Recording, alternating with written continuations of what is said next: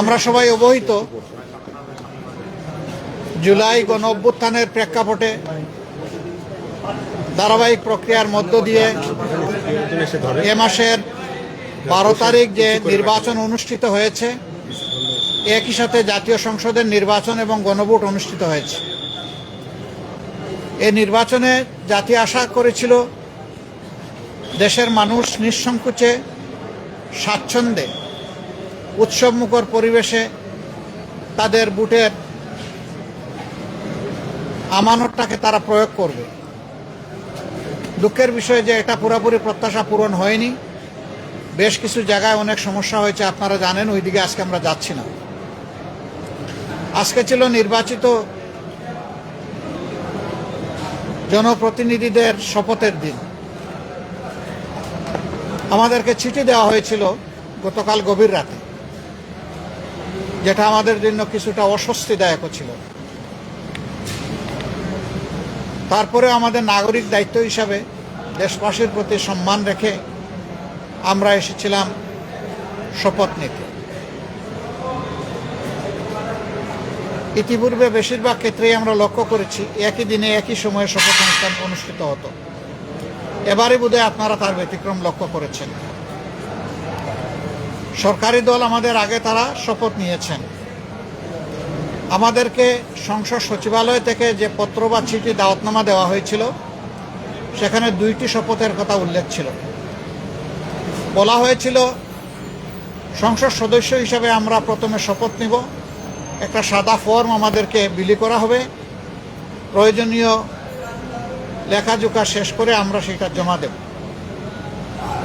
আরেকটা শপথ হবে জুলাই চার্টার এবং গণভোটের যে প্রজ্ঞাপন হয়েছিল তার ভিত্তিতে সেই শপথটা গণভোটের শপথ, সংস্কারের শপথ। এইখানে সংস্কার পরিষদ সদস্য হিসাবে আমরা আরেকটা শপথ নেব।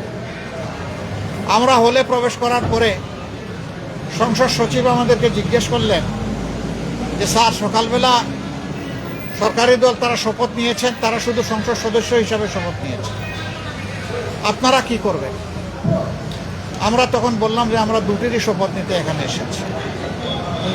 আমাদের তো গভীর রাতে আপনারা দাওয়াতনামা পাঠিয়েছেন, তারপরে আমাদের কোনো কনসার্ন থাকলে আগেই আমরা জানাতাম। আমরা কেন 2টা শপথ নিলাম, ওনারা কেন একটা নিলেন? ওনারা কেন নিলেন তার ব্যাখ্যা ওনারা দিয়েছেন। আমরা যে ব্যাখ্যাটা দিতে চাই, আমরা মনে করি যে 26-এ কোনো নির্বাচন হওয়ার কথাই ছিল না। এই 26 সালের নির্বাচনটা হয়েছে 24-এর গণ অভ্যুত্থানের কারণে। আমরা গভীর শ্রদ্ধার সাথে যাদের কারণে আজকের এই নির্বাচন, আজকের এই সংসদ, আমি তাদেরকে স্মরণ করছি, যারা জীবন দিয়ে দুনিয়া থেকে বিদায় নিয়েছেন। আল্লাহ তাদেরকে শহীদ হিসাবে কবুল করুন। যারা লড়াই করে আহত হয়েছেন, পঙ্গু হয়েছেন, তাদের প্রতি আমাদের গভীর সমবেদনা। আল্লাহ তাআলা তাদেরকে সুস্থতার নিয়ামত দান করুন। আর নির্বিশেষে গোটা দেশবাসী ফ্যাসিবাদের বিরুদ্ধে সেদিন লড়াই করেছিল, আমরা তাদের প্রতি গভীর কৃতজ্ঞতা প্রকাশ করছি। সম্মানিত সাংবাদিক বন্ধুগণ, আমরা আজকে হয়তো শপথ নিতে ভিন্ন চিন্তা করতে পারতাম, কারণ জুলাইয়ের আকাঙ্ক্ষা এবং গণভোটের রায়, এই 2টার প্রতি সম্মান দেখানো রাজনৈতিক দল হিসাবে আমাদের পবিত্র দায়িত্ব আমরা গণ্য করেছি। আমরা গণভোটের রায়কে সম্মান করেছি, জুলাইয়ের আকাঙ্ক্ষাকে সম্মান করেছি, যারা আমাদেরকে ভোট দিয়েছেন তাদেরকে সম্মান করেছি, এবং আমরা একমত হয়েছি যে এই শপথ নেওয়া আমাদের কর্তব্য।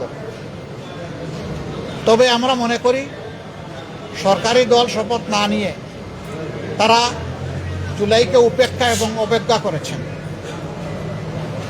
এতে জন আকাঙ্ক্ষার বিপরীতে তাদের অবস্থান বলে আমরা মনে করি। সংস্কারের বিপরীতে তাদের এই অবস্থান স্পষ্ট। যদিও তারা ব্যাখ্যায় বলেছেন যে সংসদ বসে তারপরে প্রভিশন ক্রিয়েট করে এটা তারা দেখবেন, আমরা এটা দ্রুত দেখতে চাই। যদি তারা জুলাইকে সম্মান করেন, যদি সংস্কারকে তারা ধারণ করেন, যদি আজকে যিনি প্রধানমন্ত্রী শপথ নেবেন তিনি নিজেও নির্বাচনী ক্যাম্পেইনে গিয়ে বলেছেন যে আপনারা গণভোটে হা বলুন, যদি এর প্রতি তারা শ্রদ্ধাশীল হন, আমরা মনে করি তারা ওই শপথটাও নেবেন। কার কাছে শপথ নেবেন সে দাবি আমরা করব না। ওনাদের পছন্দ মতো অ্যাপ্রোপ্রিয়েট অথরিটির কাছে ওনারা নিতে পারেন, আমাদের কোনো অসুবিধা নেই। কিন্তু আমরা দেখতে চাই জুলাই সম্মানিত হয়েছে এবং জুলাই স্বীকৃত হয়েছে। জুলাইকে অসম্মান অশ্রদ্ধা করে স্বীকৃতি না দিয়ে 26-এর এই পার্লামেন্ট নিশ্চয়ই কোনো গৌরবের আসনে বসতে পারবে না।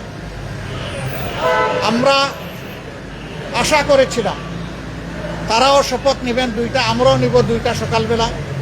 তারপরে তারা আমাদেরকে অথরিটির পক্ষ থেকে দাওয়াত করেছিলেন বিকালের অধিবেশনে, যেখানে মন্ত্রী পরিষদের শপথ হবে, সেখানে অংশগ্রহণ করার জন্য। আমরা প্রত্যেকে 3টা করে কার্ডও পেয়েছিলাম, মানসিক প্রস্তুতি আমাদের ছিল, কিন্তু আমরা এসে ধাক্কা খেয়েছি। আমরা আমাদের জুলাই শহীদদেরকে অশ্রদ্ধা করতে পারি না, জুলাই যোদ্ধাদেরকেও আমরা অশ্রদ্ধা করতে পারি না। যার কারণে আমাদের শত ইচ্ছা থাকা সত্ত্বেও বিকালের এই শপথ অনুষ্ঠানে আমরা যে অংশগ্রহণ করতে পারলাম না, আমাদের একটা আফসোসের জায়গা থেকে গেল। আমরা স্বাচ্ছন্দ্যে যেতে পারতাম যদি আমাদের মতো তারাও 2টা শপথ নিতেন, তাহলে আমাদের কোনো ধরনের কোনো আপত্তির জায়গা থাকতো না। আজকে আমরা যারা শপথ নিয়েছি, আমরা নির্বাচনী প্রক্রিয়ার সময় জামাতে ইসলামের পক্ষ থেকে বলেছিলাম যে আমাদের কেউ যদি সংসদ সদস্য নির্বাচিত হন অথবা আমরা যদি সরকার গঠন করে কেউ মন্ত্রী হন, তাহলে আমরা সরকারি প্লটের সুবিধা নেব না এবং ট্যাক্সবিহীন গাড়িতে আমরা চড়ব না। আমরা আজকে আবার পুনর্ব্যক্ত করছি, আমাদের এই সিদ্ধান্তে আমরা অবিচল এবং অটল। আমরা এটা নিব না এই সুবিধা। এছাড়া বাকি কতটুকু না নিয়ে পারা যায় সেটাও আমরা দেখব। আমরা সরকারি দল হতে পারি না, এই নিয়ে আমাদের কোনো আফসোস নাই। আমাদের আফসোসের জায়গা পরপর 3টা নির্বাচন ধ্বংস হয়ে যাওয়ার পরে জাতি বড় আশা করেছিল, যেভাবে উৎসবমুখর পরিবেশে তারা অনেকে ভোট দিয়েছেন, ঠিক তাদের ভোটের প্রতিফলনটা হবে যখন ফলাফল প্রকাশ হবে। কিন্তু সেখানে অনেক কিছু ঘটেছে, সেটা অন্য এক সময় আমরা বলবো। যার কারণে জাতির এই উৎসব ফল প্রকাশের সাথে সাথে মিলিয়ে গেছে। তারপরে আমাদের পক্ষ থেকে আমরা বলতে চাই, আমরা দেশকে ভালোবাসি। দেশ এবং জনগণের ভালোর জন্য সরকারও যদি কোনো উদ্যোগ নেয়, আমাদের সমর্থন তারা পাবে না। কিন্তু যদি আমরা দেশ এবং জনগণের স্বার্থের বিপক্ষে কিছু দেখি, তাহলে আমরা জনগণের হয়ে এই জনস্বার্থ বিরোধী কাজের বিরুদ্ধে আমরা লড়াই করব, আমরা প্রতিরোধ গড়ে তুলব ইনশাআল্লাহ। এবং সেটা জনগণের জন্য, জনগণকে সাথে নিয়ে। আমাদের এই ক্ষেত্রে নীতিমালা একেবারেই স্পষ্ট, তাওয়ানু আলাল বিররি ওয়াত তাকওয়া ওয়ালা তাওয়ানু আলাল ইসমি ওয়াল উদওয়ান। আমরা ভালো কাজের সবগুলাতে সমর্থন করব, কিন্তু যদি জনস্বার্থ বিঘ্নকারী কিছু হয়, আমরাই সবার আগে প্রতিবাদ এবং ক্ষেত্রবিশেষে প্রতিরোধ গড়ে তুলব ইনশাআল্লাহ। আমরা দেশকে ভালোবাসি, এদেশের মানুষকে ভালোবাসি। আমরা এই শপথ না নিলেও পারতাম, অনেক কিছু হয়েছে আমাদের সাথে, কিন্তু আমরা চাই ক্রমান্বয়ে গণতন্ত্র তার প্রাতিষ্ঠানিক রূপ পাক। এই রূপে ফিরে আসতেই হবে, এর কোনো বিকল্প নেই। এই জন্যে আমরা শত কষ্ট থাকা সত্ত্বেও আমরা সংসদে অংশগ্রহণ করছি এবং ইনশাল্লাহ আপনারা দোয়া করবেন আমরা যেন দেশ জাতির পক্ষে ভূমিকা রাখতে পারি। আমাদের নীতিমালার মাঝে দেশের ভিতরে আমরা চাই প্রত্যেকটি নাগরিক যেন তার নিরাপত্তা নিশ্চিত পায়, দেখতে পায়। মানুষের অর্থনৈতিক মুক্তি যেন আসে, যুবকদের বেকারত্ব যেন দূর হয়, কর্মসংস্থান যেন তৈরি হয় এবং মর্যাদাশীল একটি দেশ হিসাবে পররাষ্ট্র নীতি যেন আমরা নিজেরটা নিজেই আমরা গড়ে তুলতে পারি। বিদেশের সকল সভ্য দেশের সাথে আমাদের আন্তরিক এবং বন্ধুত্বপূর্ণ সম্পর্ক থাকবে, পারস্পরিক শ্রদ্ধা এবং সমতার ভিত্তিতে ইনশাআল্লাহ। আমরা গভীর পরিতাপের সাথে লক্ষ্য করছি, নির্বাচনের রাত থেকে, আগে তো কিছু ছিলই, বিশেষ করে নির্বাচনের রাত থেকে বাংলাদেশের বিভিন্ন এলাকায় ব্যাপকভাবে আমরা এখন যারা বিরোধী দলে আছি তাদের পক্ষে ভোট দেওয়ার কারণে, নির্বাচনী কর্মী হিসাবে কাজ করার কারণে, সমর্থনের কারণে নারী পুরুষ নির্বিশেষে সকলের উপর ব্যাপক হামলা হচ্ছে। আমার জানা মতো সবচেয়ে বেশি হয়েছে হাতিয়ায়, কিন্তু কোনো জায়গায় এটা থেকে বাদ পড়েনি। আমরা সরকারি দলের কাছে দায়িত্বশীল আচরণ আশা করি। আমরা আহ্বান জানাবো এখনই সেটা বন্ধ হওয়া উচিত। সরকারের জন্য নয়, দলের জন্য নয়, সরকার জনগণের জন্য। এবং আমরা দেখতে চাই যে এই ব্যাপারে দৃশ্যমান পদক্ষেপ তারা নিয়েছেন, এই অবনতিশীল পরিস্থিতির উন্নতি হয়েছে। তারা যদি কোনো ইতিবাচক উদ্যোগ নেন, আমাদের অকুণ্ঠ সমর্থন এবং সহযোগিতা পাবেন। কিন্তু আমরা বলবো যে যদি এই ধরনের কাজ অব্যাহত থাকে, আমরা জনগণের পাশে দাঁড়াবো, একেবারেই ফার্ম হয়ে দাঁড়াবো। এখানে আমরা কোনো কম্প্রোমাইজ করব না, কারণ আমরা দীর্ঘ রাস্তা স্বৈরাচারের বিরুদ্ধে লড়াই করে এই জায়গায় এসেছি। বিশেষ করে আমাদের যুব সমাজ, তারা যে ঐতিহাসিক ভূমিকা পালন করেছে, সেই যুব সমাজ এখনও বাংলাদেশে আছে। আমরা সেই যুব সমাজের প্রত্যাশা পূরণে অঙ্গীকারবদ্ধ। তারা যে সমতা এবং বৈষম্যহীন ন্যায় বিচার ভিত্তিক সমাজ চেয়েছিল, সেই সমাজ গঠনে আমরা কারো সাথে কোনোভাবেই আপোষ করব না। এ সমাজ গঠন করতেই হবে। যতক্ষণ পর্যন্ত এই লক্ষ্য অর্জিত না হবে, আমাদের লড়াই ততক্ষণ পর্যন্ত চলবে সংসদে, চলবে রাজপথে এবং চলবে প্রয়োজনে আইনি ময়দানে। সব জায়গায় আমরা লড়াই অব্যাহত রাখবো ইনশাআল্লাহ। আপনারা দোয়া করবেন, পাশে থাকবেন। আমরা সবাই মিলে দেশবাসীর বুকে ধারণ করে সামনে এগিয়ে যাব। আমাদের কাছে দল বড় নয়, ব্যক্তিও বড় নয়। আমরা আমাদের বিদেশি বন্ধুদেরকে অনুরোধ করব, আমাদের দেশের সাথে, দেশের মানুষের সাথে আপনারা সম্পর্ক বৃদ্ধি করবেন। এখানে আপনারা যদি বিনিয়োগ করেন, আমাদের যুবকরা কর্মসংস্থানের সুযোগ পেয়ে যাবে। আমরা এটাকে ওয়েলকাম করব বিরোধী দল হিসাবে। আমরা চাই আমাদের দেশ এগিয়ে যাক। আমরা চাই না দেশ কোনো আর অন্ধকার গর্তে চূড়াবালিতে হামাগুড়ি খাক, এটা আমরা চাই না। আপনাদের সবাইকে ধন্যবাদ।